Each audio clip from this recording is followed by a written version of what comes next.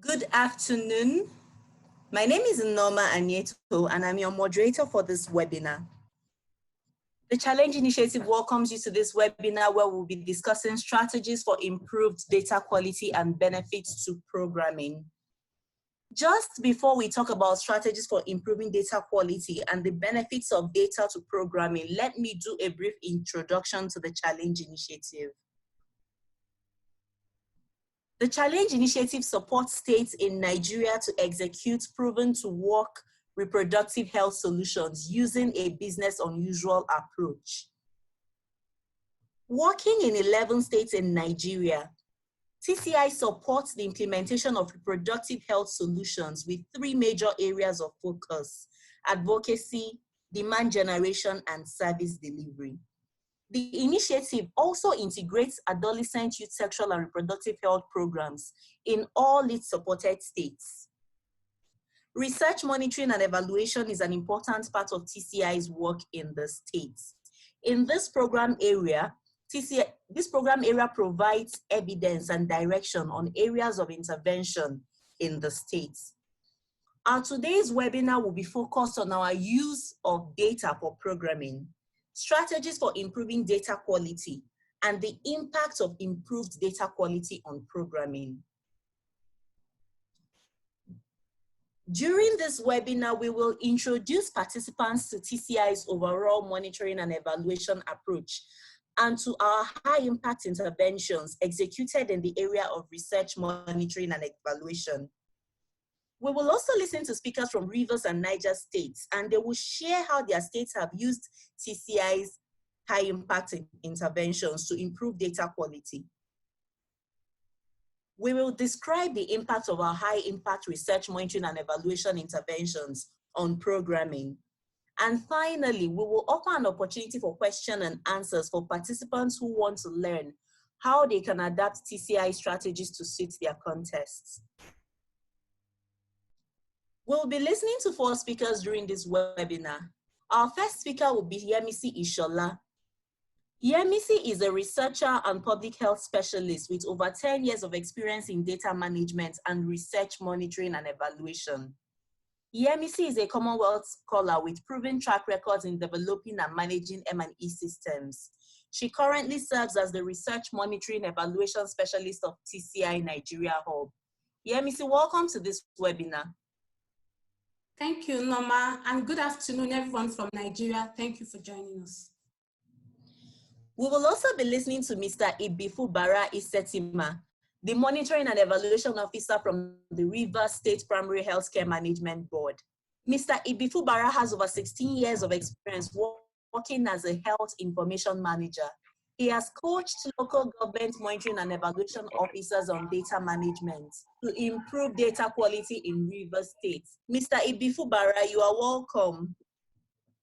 Yeah, good afternoon, everyone.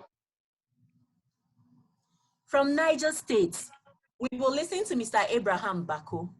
Abraham is a researcher and information specialist who provides support to health and gender programs in Niger State. He has over 9 years of experience in program support, information management, data analysis and use, and has supported the implementation of donor-funded projects. He's currently the State Monitoring and Evaluation Officer for the Niger State Primary Healthcare Development Agency. Mr. Abraham, you are welcome.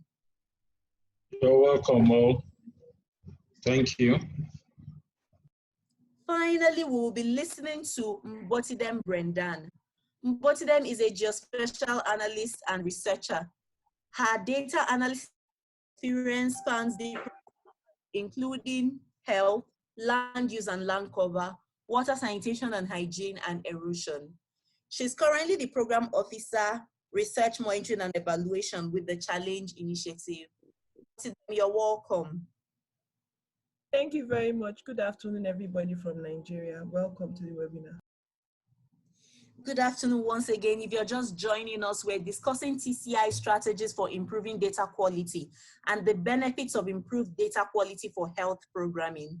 Yemisi Ishola is just about to set the ball rolling with an introduction to TCI's overall monitoring and evaluation strategy and TCI's high impact interventions. Yemisi, please.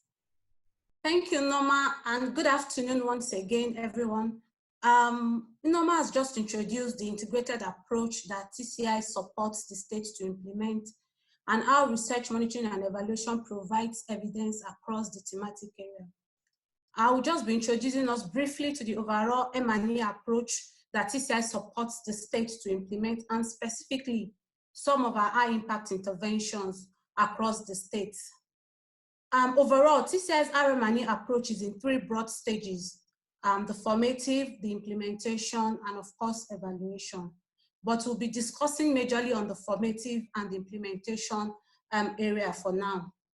The formative stage, as its name implies, is where baseline and landscaping activities are carried out.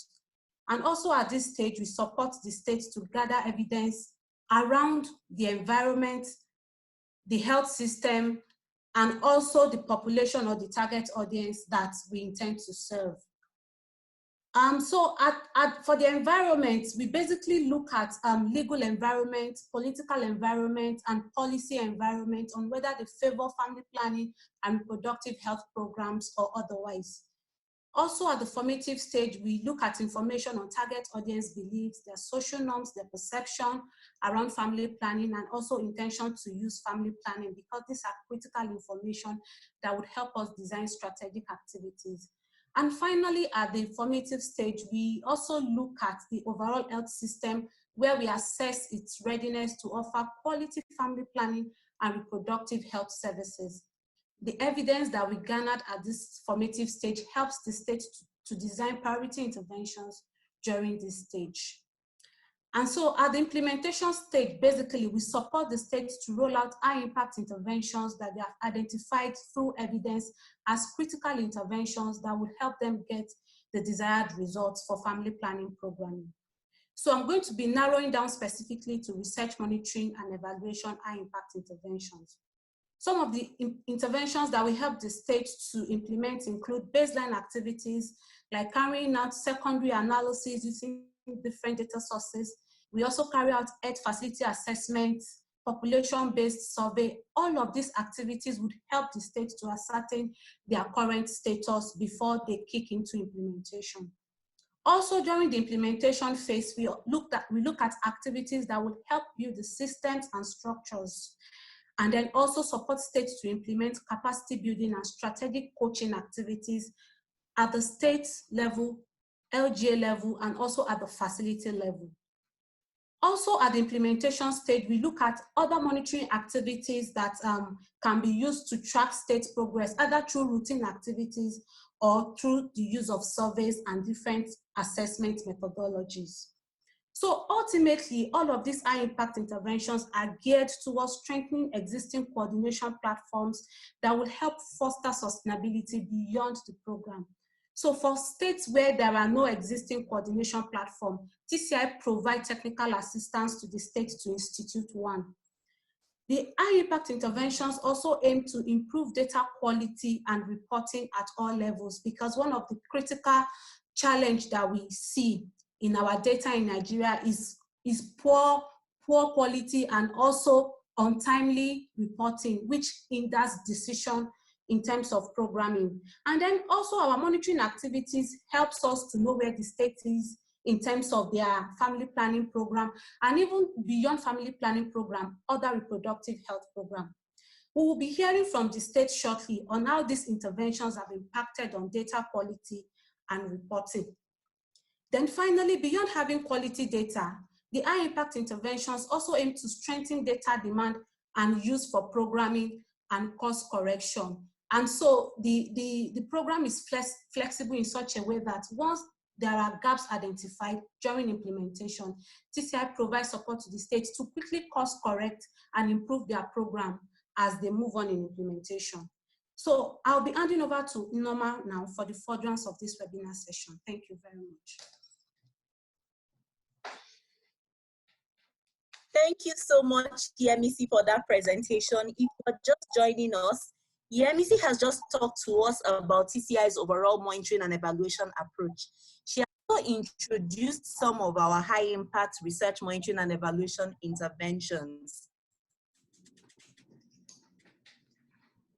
that is demonstrated by TCI in the states where we work.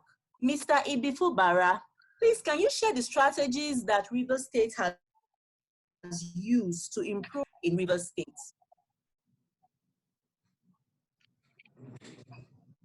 All right. Thank you very much. My name is Ibifubara Isetima, the Monitor and Evaluation Officer, Rivers State Primary Healthcare Management Board. I'm here to share the strategies to improve the data quality, and I'll be talking precisely on the coaching for improved data quality and Rivers experience. And then, what is coaching? Coaching involves practical sessions to build the skill or capacity of an individual on the job. Everyone on the job needs training. Everyone on the job, on its job, needs coaching at some point. And this coaching can be seen on proactive and also in demand. Proactive in the sense that we, the state, see the need to go down to the facilities in the LGA to coach, to mentor those who are gathering data and sending back to us. And on demand, where the health workers at the facility level or LGA level call for our attention to go down to their facilities and mentor them. And then who are these target audience? The target audience involves the HIO, that is the Health Information Officers, those who collate and disseminate data from the facilities. The target audience also involves the service providers and also the local government area monitoring and evaluation officers and state technocrats like myself. And then there are several types we use in coaching. Coach to coaches, that is senior to junior. A junior can never coach senior. One who is not informed cannot coach. And so we had the sessions. That is why I said from my definition, what coaching is a practical session or sessions. And so we have group, individual, and face-to-face or visual in Rivers State proactive coaching. And then the need for coaching, the need where routine coaching needs were routinely identified during monthly primary healthcare data review meetings. This is one of the areas we discovered the need for coaching. Another area we discovered the need for coaching is the quarterly health data consultative committee meetings. And these are high meetings where you have stakeholders and we talk about see our data and the need to go down to the facilities. And through quarterly feedback and data use meeting, and then a DEX review of the PMIs and the DHIs, very important because there were always an intersection where the data of the PMIs and the DHIs meet. And if they are not in accordance, then there will be problem for planners and the decision makers. And then I move down to coaching process. When we had the need to coach, why do we want to coach? There were issues. Issues like data discrepancy. Issues like data outliers. Issues like human computation errors.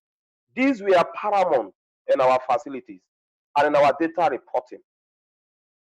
Poor data communication is another high issue that was identified. And of course, use of notebook cannot be overemphasized. And then we moved on to strategize on steps on how we can tackle these issues at the state level. And then we developed a coaching plan targeting each cadre of staff.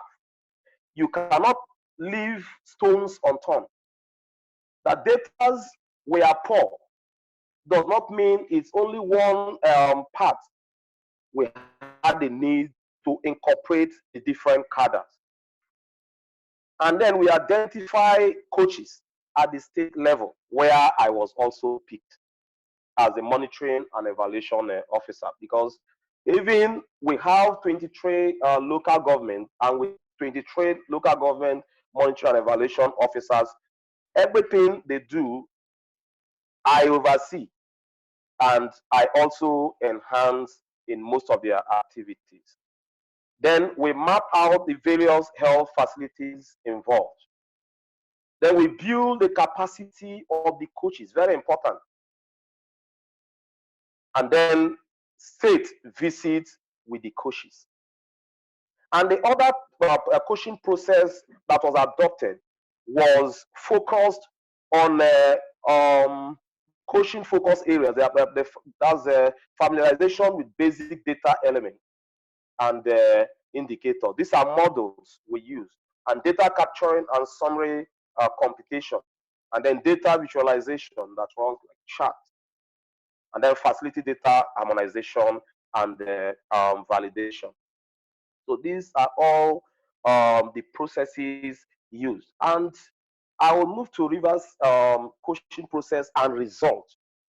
Again, in course of solving the issues I just identified, that a team was set up. A team was set up. 2 to 3 coaches were paired and assigned to the different facility. Who are these 2 or 3 persons? We have the local government monitoring and evaluation officer. And then we also have the state technocrats, which are virtually gone around all the 30 facilities visited by TCI in the states under the 8 LGs TCI is presently working on. And then we also involve the AYSRH, that's the reproductive health supervisor, and these become 3 or 2 to 3. And then we go to the facilities that are under review. And we also use 3 months in retrospect. The 3 months, either quarterly, this thing. And then if we are to check the first quarter or the second quarter, the third quarter, as the case may be. And these are the process. And I must tell you the fact that all these identified issues of data discrepancies were 80 to 90% solved. The issues were solved. I'm telling you, right from the depth of my heart, the truth, the gospel truth, that we have massive improvements on consistency. We had massive improvement on data availability. Unlike before, you go to the facilities, you're asking for data, you'll be asking people, M&E officers, who have you not sent your data, DHIS, your LGA is not meeting up. They will say they've not, but now I tell you that we have massive improvement on availability. Notebook use of data had highly been prohibited in our facilities, had been stopped. And then we also have very important data quality, which is on validity. Very important that as I'm talking to you, I can beat my chest today, tomorrow, and next tomorrow, that any assessors can come to Rivers State and check through our facilities. And the data validity is something that makes me happy. That what you see in the source document is the same you will see on our report, on our monthly report, and is the same you will see on the PMIS, the same you will see on DHIS platform. You will also discover with me that there is timeliness compared to the former days, when you take to even the end of the month, the new month, for data, you see the previous month data. This is not the case again. Timeliness is something I can also beat my chest as I'm talking. And then we had a lot of improvement. Communication. Before, HIOs, the focal persons cannot communicate their data. They cannot talk about them. But today, if you go to the focal person, the family plan focal person, you go to the HIO, you'll discover that they can always say, yes, this is what we did, this is what we did. And this is very important. And then I can tell you comparison, if you go to the next slide, a comparison of the new acceptors data before and after coaching. Before the coaching, you can see 2019 data for January, and 3 LGAs are here: Eleme local government, Ikwere local government, Oyibo local government. Just see the comparison. The states we were in 2019 January and where we are today in 2020 January. Look at the data. You can agree with me with this depiction that we had 75% of health facilities that receive coaching have shown improved data across the states. And then about 85% of the facility staff were able to capture and record clients' data. This is so good. 75% of the facility are consistent and reporting their facility data regularly. You can see consistency, you can see availability, you can see accuracy in 2020 after coaching. And this will definitely lead me to the last slide: how has coaching benefited Rivers State? In fact, I am so happy. Having me alone is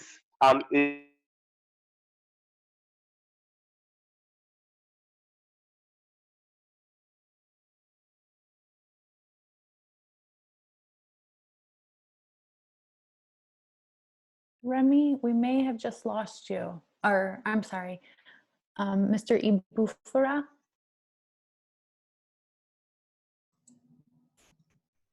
Nioma, can you hear?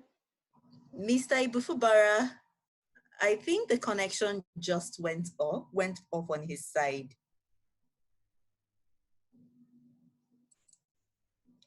Okay, so I think that we may have to move on because he's not available to finish his presentation, but this was really his last slide. And you can hear that Mr. Ibufubara is clearly very excited about the effect of coaching on improving quality of data in Rivers State. Thank you, Mr. Ibufubara, if you can hear me. For people just joining us, we are talking about improving data quality and the benefits of improved data quality on programming. Mr. Ibufubara just shared with us rather passionately how Rivers State has used coaching to improve data quality in the state. So let me now move ahead and invite Mr. Abraham Bako from Niger State to tell us the strategies that are being used in Niger State to improve data quality and to tell us how they have used data to direct their programs in the state. Mr. Abraham, please. Good afternoon.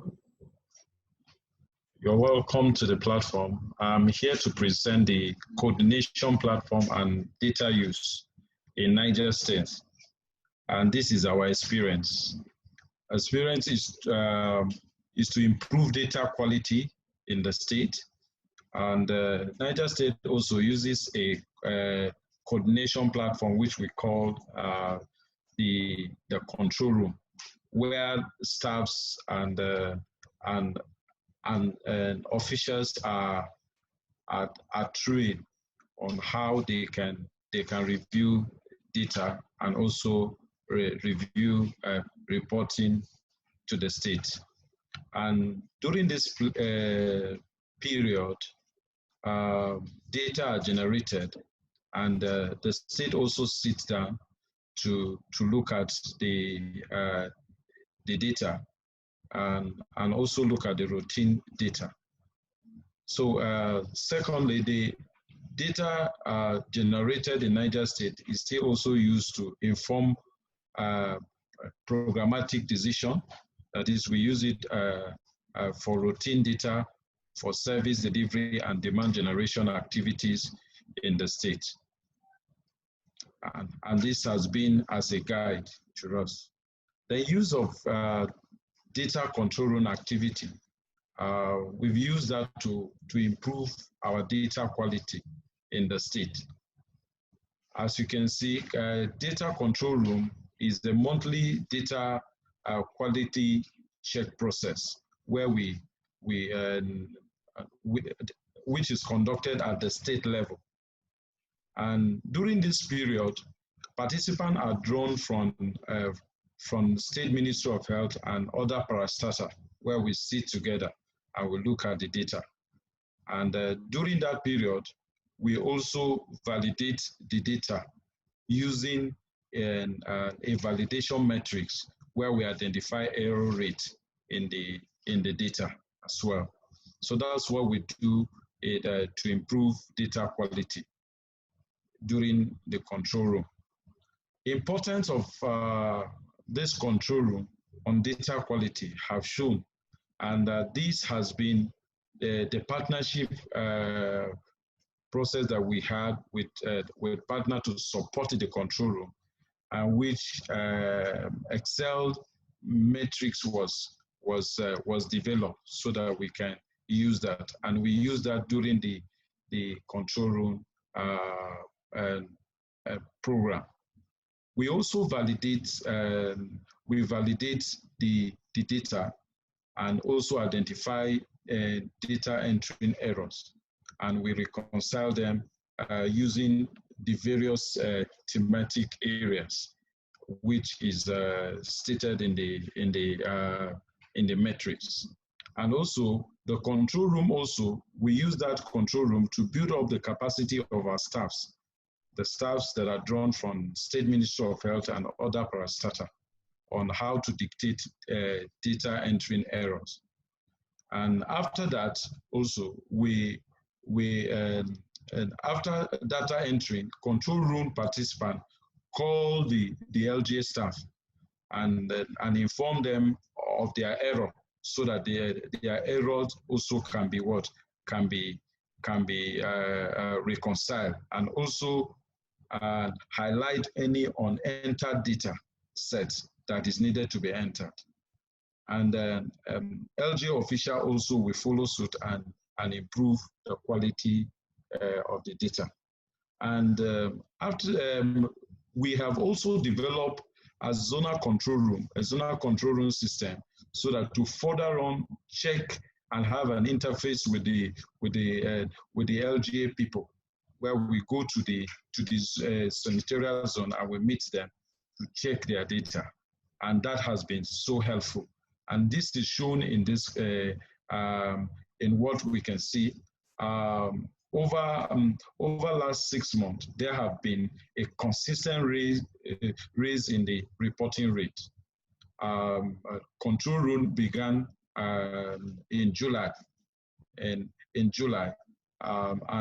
it has risen to 91% to 98 to 94%. And where we have a little drop was due to the security challenge that we had during December period. And after the December period, it now shoot to 99%, as you can see. So that has been the impact of control room and data quality in Niger State. Also, the data used for decision making. We use data for decision making, and routine data from program areas are used to guide intervention in the state.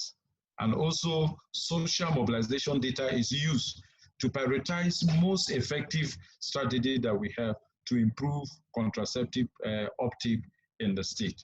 And also, facility level data also is used to modify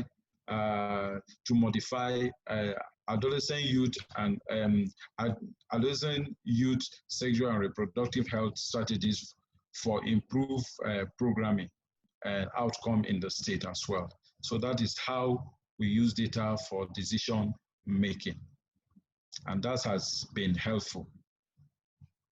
And use of data to improve this programming have helped us in quarter one of 2019.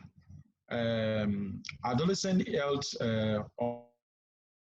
on family planning users made up 13% of all family planning users. After engagement with the CSOs in the state, the family planning strategy, the family planning strategy for all men and women and adolescent youth users increases to 26% in quarter two. And between that quarter two and quarter three, there was no increase at all. The Niger State, the state now uses the data to rearrange the CSO so that we can improve the indices, to improve the indices. The innovation ideas were also introduced during that. And those innovation ideas are as follows. The training service provider on AYSRH and also intensification of youth focus social mobilization, and also increased support to expand service delivery points, that is the PMVs, and also social-based clinic. So and after that, there was an increase to 36% in the, there was an increase to 36% in quarter four in 2019. So that was how it has improved. So next slide.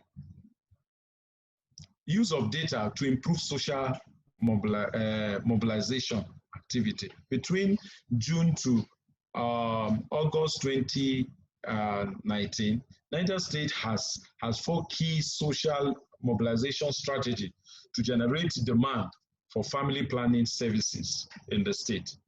And in the state, the neighborhood campaign is the most costly strategy, because they were organized twice monthly. And if you can see that the indices there is low.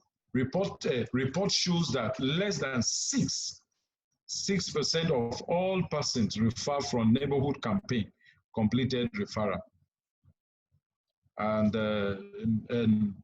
neighborhood campaign was reduced to from 2 to 1 because of the costly nature. Now is that the voluntary mobilization, that is routine referral, results in the high number of complete referral. The result is constant, is consistent with other evidence, which shows that Niger Light prefer one-on-one communication. So this is the use of data to improve social mobilization activity in the state between this period of review. Thank you. Thank you so much, Mr. Abraham. Mr. Abraham explained how data is used in programming in Niger State. He very clearly said that in social mobilization, there was a reduction in neighborhood campaigns because data showed that it wasn't yielding as much completed referrals as routine mobilization.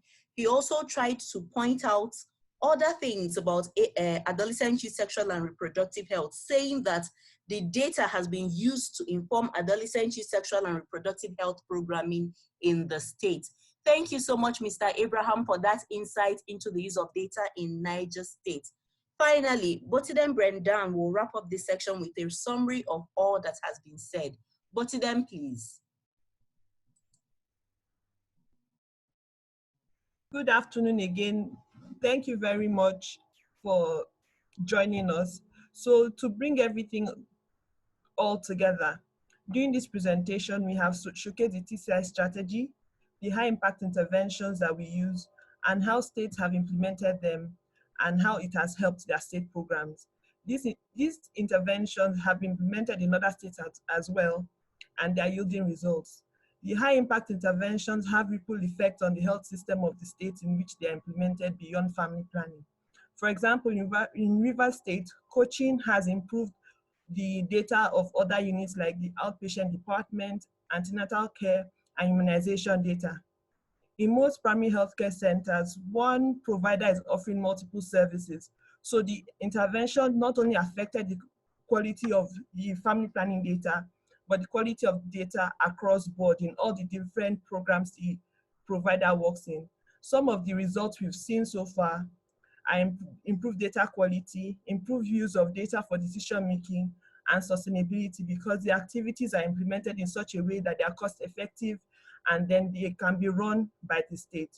All the different officers involved in data continuum are involved in the data improvement process, ensuring that there's a relationship between the provider and the M&E officer. Coaching remains an invaluable strategy for improving the quality of data. TCI supported states are exploring other channels to intensify their coaching.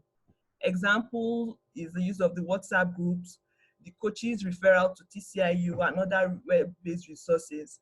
The peer coaching model ensures that the capacity built in the state outlives any program or intervention the state has, because the staff remains a staff of the state. For instance, Niger State members of staff are people that are in the Niger State health system. So also the other states we support. So with or without TCI, the knowledge gained by this experience becomes a property of the state. Data use provides an opportunity for targeted programming. For example, TCI supported states modified their social mobilization strategies to focus on priority intervention areas, leading to cost efficiency and evidence-based programming.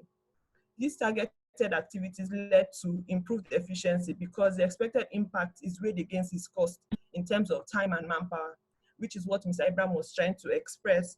And then people work better together when they can see how their colleagues' work impacts their work. Teams are able to situate each component of the activities in the broad plan of the state because of this. And cost correction is geared towards a more efficient program overall. Then strengthening different coordination platforms helps improve data management. Similar states like Kano are recording huge successes across the control room platform to improve data quality.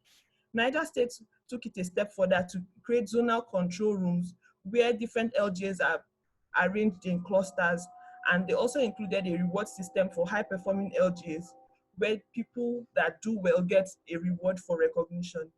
This has worked because the model used is very particular about feedback. Everybody in the process knows where the issues are and can work together to fix it because they know that they are strong as their weakest link. This relationship built ensures that data is timely because they all understand the success and failure as a result of the data. They begin to see it as a team effort and not a one-man show. So if my facility data is doing well, by extension, my LJ data will do well. If my malaria program data is doing well or family planning program is doing well, if the data is good at that point, at the end of the state, we will all be contributing our quota to the state's data as a whole. Thank you for listening. Thank you so much, both of them, for your presentation. We have come to the end of this webinar. Remember that we discussed use of data for programming and strategies for improving data quality during the course of the webinar. If you have any questions, please put it in the chat box or the question and answer box. Right now, I have 2 questions that I can see. And I will direct the first question to, that I can see to Yemisi Ishola. Yemisi, are you there? Yes, I am, Norma. Yemisi, are you? Yes, Norma. Okay, so there is a question from Oing, and it says, although neighborhood campaigns had only a 5% effective referral, it is 5% of 1,880, still much higher in absolute numbers compared to the other interventions. So why reduce? Do you need me to take that again? Okay, so I think I can say the question from here. I can see the question from here, Norma. Thank you very much. Okay, so go right ahead. Thank you for that question. So if we look critically at the neighborhood campaign, number of persons referred for the neighborhood campaign and the routine referral, we would see that the difference is just about 600 in terms of number of persons referred. But if you look at how they behave in terms of completed referrals, even if the number is still not higher than this, we could see that in terms of completed referrals is still very low. And just to say that for the neighborhood campaign, because the persons that are reached at once are a large number, and so there is every possibility that we do a lot of referrals as compared to when you meet people one-on-one in their various houses or maybe in the marketplace. And so for us, we feel that if we intensify effort on routine referral, the kind of effort that we put in neighborhood campaign, if we put it on routine referral, we might be looking at completed referrals that is way, way higher than what we are seeing right now. So if you look critically at both referral figures, I don't think they are too large in terms of absolute number. But when we look at the completed referrals, we're seeing a huge gap. And so that's why the intensification of our efforts is now on routine referrals, because we feel that if we put more effort into it, it will skyrocket the completed referrals in the routine referral strategy. So that's why we limited the neighborhood campaign activities. Thank you so much, Yemisi. Moving on, Mr. Abraham Bako, are you there? Mr. Abraham, are you there? Yes, I'm there. Polusha from Anambra State has a question for you, and he wants to know, Okay. I want to ask if LGA M&E officers can be part of the control room meetings, since they are the data managers and Yes. are saddled with the responsibility of effecting corrections on errors noticed. Instead of being correct errors, I think it would be better if they are directly involved. Mr. Abraham, are LGA monitoring and evaluation officers part of the control room meetings? Yes, they are part of the control rooms at their own LGA. We converge, we have 2 stages of control room. The first stage is the state control room, where the state staff stays in the state and call the LGA looking at their data to correct their error rate and also on enter data. So, and the second phase also is the interface that we have at the zonal level, where the control room, the LGA M&E, and also we have people we call the data entry clerk at the LGA, also comes together at a cluster where we look at the data also. We also validate data at that end also, and also provide capacity building where necessary. Thank you so much, Mr. Abraham. I have one extra question, and I think it's going to go to Yemisi. Please, if you still have questions, we still have time to take questions. Yeah, Missy, what exact social mobilization activity contributed to the increase in contraceptive use among adolescents and youth in Niger State from 25% to 36%? Can you answer that? Okay, thank you, Krishna, for that question. But I want us to note that social mobilization activities commenced in Niger late 2018, and that was prior to the NDHS release of our contraceptive prevalence rate across states. So we cannot say specifically using NDHS figure that our this particular social mobilization strategy contributed to contraceptive use among AYs. But we're trying to follow the data and see the trend so that we can categorically state which of the strategies significantly contributes to the contraceptive use among AYs. Perhaps when the next DHS comes out and then using our routine data, we can triangulate information and say categorically which of our social mobilization activity are contributing significantly to the overall contraceptive prevalence rate. Thank you so much, Missy. Mr. Ibufubara, are you back online? Yes, I'm with you, ma. I do not have any question for you because there are no more questions, but I want to ask you to say your last words to participants, especially since you were cut off earlier on. Yes, I was cut off on the last slide, which has to do with the coaching benefits in Rivers State. I was talking about myself, what this coaching had impacted basically on me and the 23 local government M&E officers. And not just that, the HIOs also, as many as they are in the facilities, not just one. There are some facilities we have up to 3 HIOs. Coaching has also benefited all of them. And then the family planning focal persons too, we are also happy and very sure. Each time we go out to the field and we come back, everybody feels very happy. Because even though when we see there are some shortcomings, but they are happy because they were at the end, they got what they needed to enhance them do their job perfectly, and that always gives joy. And then the good communication right now that is existing in our facilities is something that cannot be overemphasized, you know. And then our generally, because these data tools, there are some areas where first thing we talk about NHMIS2, you're talking about the head, you're talking about the body, and you're talking about the tail. And there's never been any time we go out, these things are not mentioned. And in as much as we are doing it on the family planning, it also goes to all of the data tools. And most of them are the same persons handling the other data tools. So this also gave massive improvement. So I must say thank you. And on behalf of Rivers State Primary Healthcare Management Board, I will say thank you for working with TCI and other these health organizations.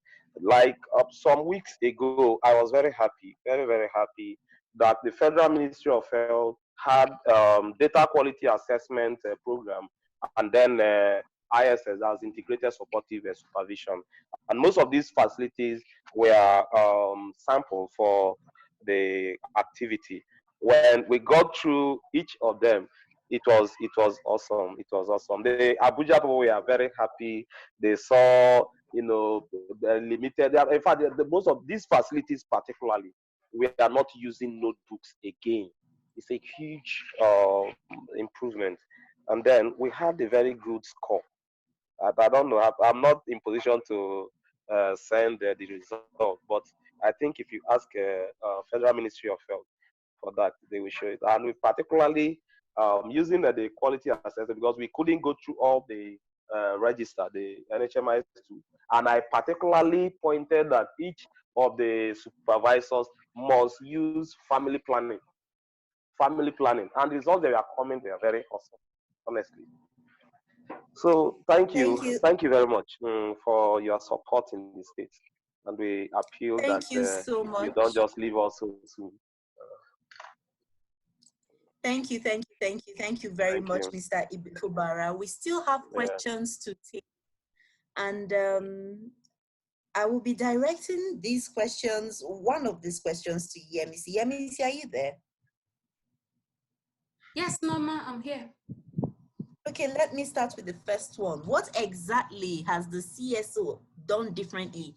Basically, I think this question is saying what has been done differently to increase adolescent and youth data from 13% to 26%? What has been done differently before and after?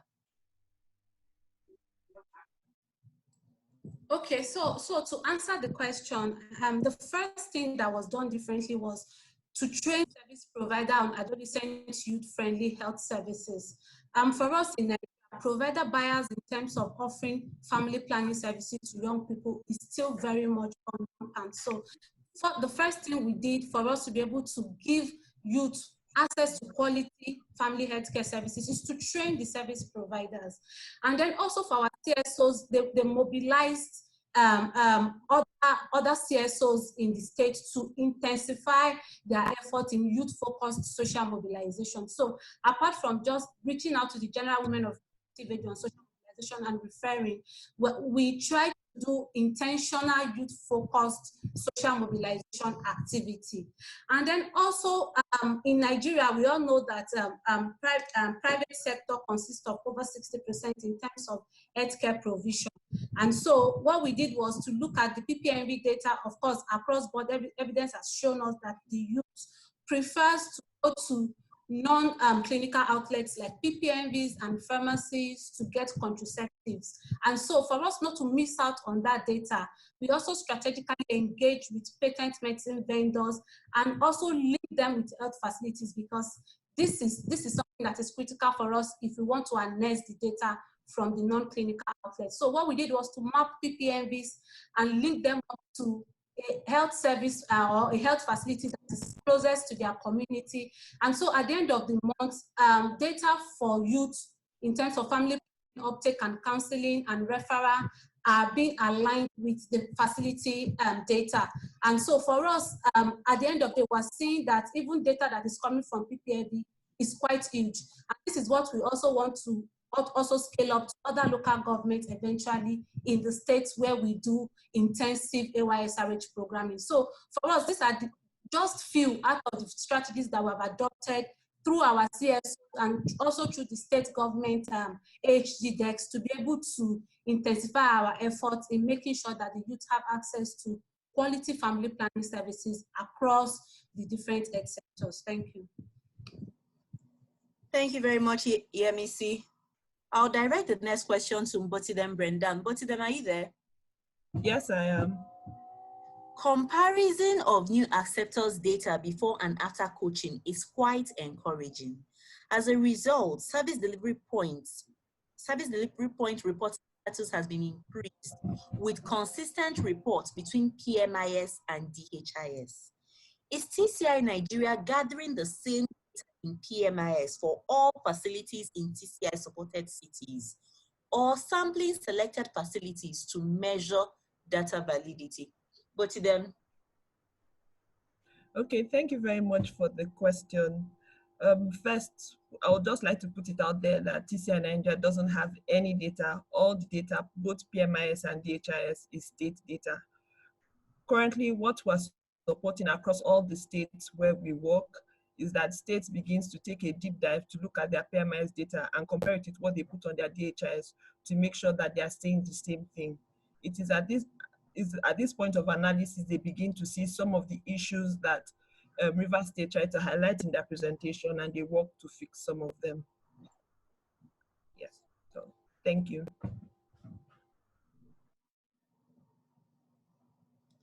Thank you very much, Mbotidem.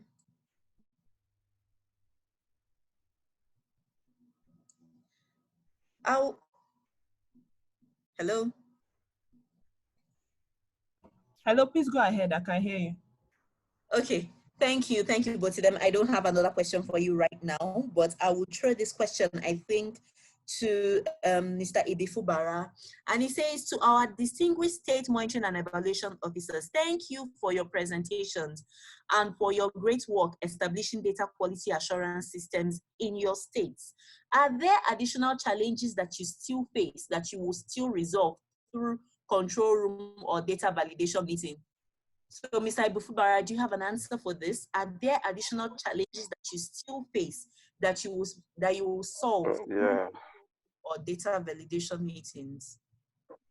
Yes, I have a few challenges. I think I jotted down, and there are one time. Time. The time is short most times in our assessment. Time is short for us to go through other indicators. The time we had was to look into family planning data. Though in my presentation, I mentioned that it also helped enhancing OPD, ANC, and immunization data, but not as much as. So, and that is because of the time we spent on this family planning. We couldn't extend, and that's expansion issue. So I would love if we have enough time and the resources to do that. So we will have a very big magic, huge improvement on other indicators too. Then data validation, and that goes to coaching. Coaching must not stop. Coaching must go on, and is a veritable tool. Though you will agree with me that coaching actually, anybody that is expecting results on coaching must exercise patience. And so we have not yet hit on 100%. And so that's our expectation. So we should exercise patience while we make things right in all the facilities that we focus on. So, Thank you. Thank you. We have just 2 minutes to the end of this webinar, and I do not think I can take all the other questions, but I will still come back to Mr. Abraham Bako and ask you to please keep it short when you respond to this question. Are there other challenges that you still face that you Yes. so please keep it short. Thank you. Yes, we have other, yes, we have some challenges we still face. I think one of the challenge that he has highlighted, time is one of the, is number one factor. But number two is the use of the Excel-based metrics. So, and that's why we have devised a means of having zonal control room where we have interface with the LG at the zonal level, where we correct that. It was just recently we instituted that zonal control room. So we're using that medium to correct most of these challenges that we're having with them. And I also, we can sell this model to other states that zonal control room also is also effective, that where we can validate and also build up capacity of other people where necessary. Thank you. Thank you, Mr. Abraham. Thank you, Yemisi Shola, for coming to this webinar. Thank you for your presentation. Thank you, Norma, and thank you everyone for joining us. Thank you, Botsidem Brendan, for your presentation and your contribution to this webinar. Thank you very much, Norma, and thank you everybody. Thank you, Mr. Ibifubara, all the way from Rivers State, for your contribution and your presentation at this webinar. Okay, thank you, Mr. Abraham, all the way from Niger State, for your contribution at this webinar. Thank you all for joining us. Thank you. Thank you. Yeah, thank you very much. Thank you from Power State. Great job, all.